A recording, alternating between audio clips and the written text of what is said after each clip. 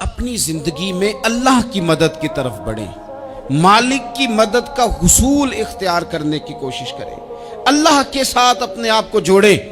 اگر اللہ کی مدد نصیب ہو، یہ جو ہم جتنا ڈرتے رہتے ہیں، سہمے رہتے ہیں، پریشان رہتے ہیں کوئی کیا کر دے گا، ہمارے ہاں نا ہر شعبے میں معاذ اللہ ایک مافیا ہے، الا ماشاءاللہ۔ وہ مافیا کہتا ہے میرے ساتھ ملو گے تو میں چلنے دوں گا، ورنہ میں نہیں چلنے دوں گا، مارکیٹ میں آ ہی نہیں سکتا فلانا بندہ، چونکہ یہاں ہمارا قبضہ ہے۔ اور میرے بھائی پھر بہت سارے لوگ جن کی نیتیں اور ارادے بڑے اچھے ہوتے ہیں شروع میں، وہ بھی اس مافیا کا شکار ہو جاتے ہیں اور ان کے رنگ میں رنگ جاتے ہیں۔ یاد رکھنا، کسی شخص کی بلیک میلنگ کا کبھی شکار نہ ہونا، کبھی کسی کی میٹھی اور مسجع مکفہ باتوں کا شکار نہ ہونا۔ کوئی کیا کر سکتا ہے اگر اللہ مددگار ہو تو؟ جس کو رب کریم اٹھانا چاہے اسے کوئی گرا سکتا ہے؟ ہم یہ ڈرے ڈرے سہمے پریشان فیصلہ کرنے کی طاقت نہیں، مجھے چلنا چاہیے کہ نہیں، اٹھنا چاہیے کہ نہیں، کرنا چاہیے، اٹھ باندھ کمر کیوں ڈرتا ہے؟ پھر دیکھ خدا کیا کرتا ہے۔ حضرت عبداللہ ابن عباس فرماتے ہیں میرے نبی پاک علیہ السلام نے میری تربیت فرمائی، حضور نے میری تربیت فرمائی، اور محبوب پاک علیہ السلام نے فرمایا عبداللہ یاد رکھنا، یہ نوجوان دوست میری بات لکھ لیں، پریشان لوگ میری بات لکھ لیں، جن کے پاس قوت فیصلہ نہیں وہ اس بات کو لکھ لیں۔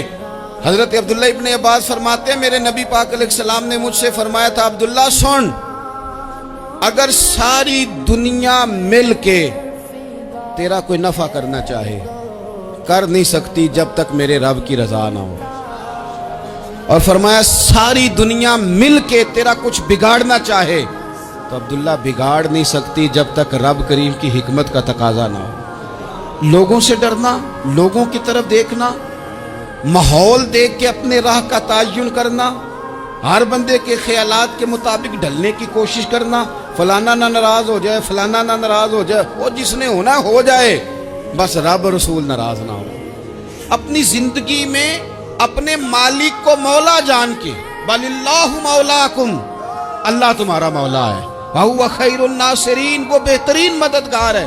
توجہ جب بھی کریں رب کی جانب کریں، اپنے دل کا قبلہ درست رکھیں، سوچوں کے زاویے سیدھے رکھیں۔ میرے بھائی مالک جب بندوبست کر دے نا،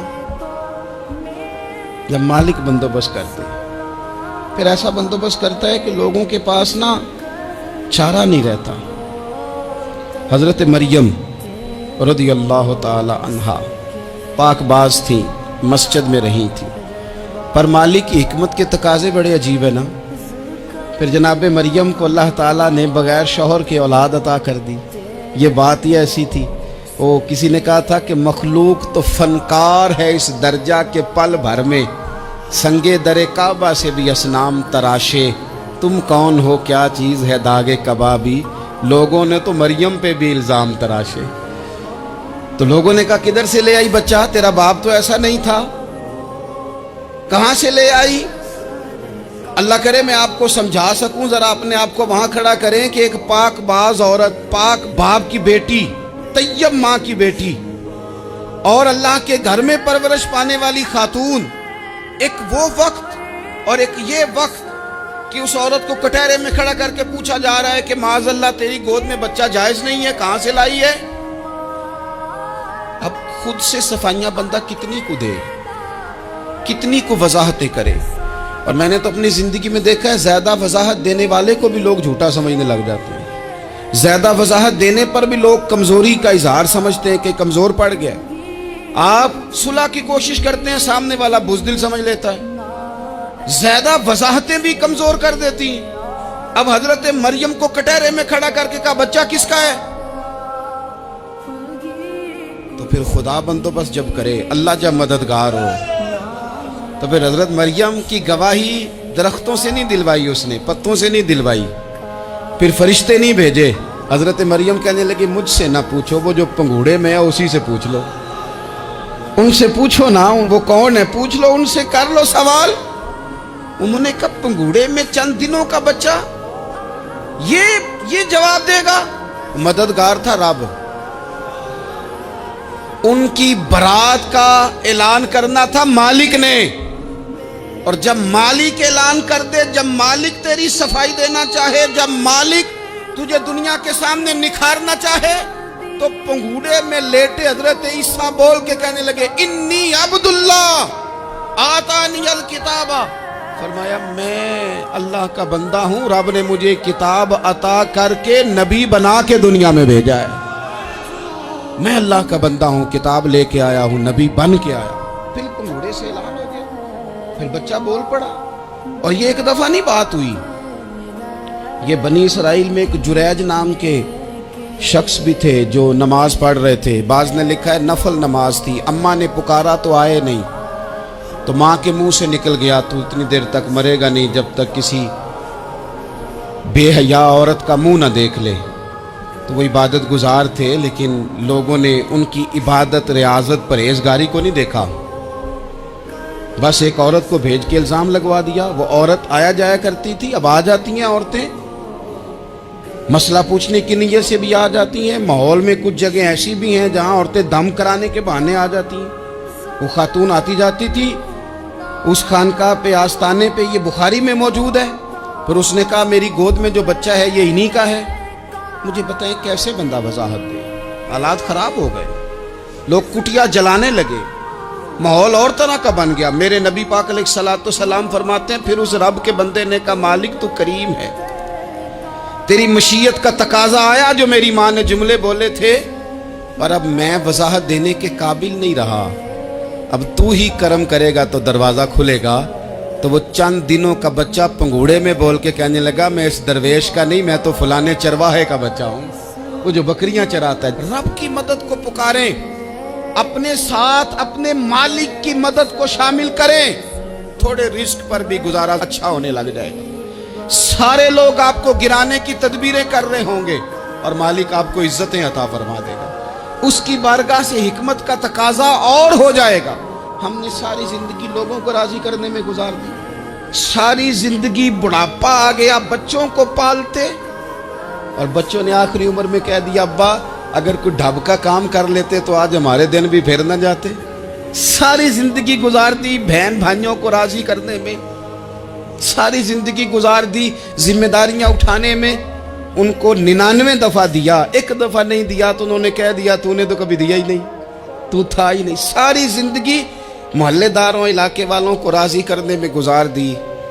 اور میں نے ایسے لوگ بھی دیکھے دین کے لیے وقت گزارا، لیکن جب بڑھاپے میں دانت کام نہ کرتے تھے تو وقت کے مفتیوں کو بھی مسجدوں کی کمیٹیوں نے کہہ دیا اب آپ کی سمجھ نہیں آتی، ہم نے خطیب کو یور رکھنا ہے، نہ دیکھو دنیا کی طرف، دنیا رلا دیتی ہے، نہ راضی کرو بندوں کو، بندے تھکا دیتے ہیں، نہ پیچھے بھاگو ہر وقت دنیا داروں کے، یہ انسان کو کمزور کر دیتے ہیں۔ وہ تو کریم ہی بڑا ہے، 2 آنسو زمین پر بعد میں گرتے ہیں، بندے کے گناہ سارے پہلے معاف فرما دیتا ہے۔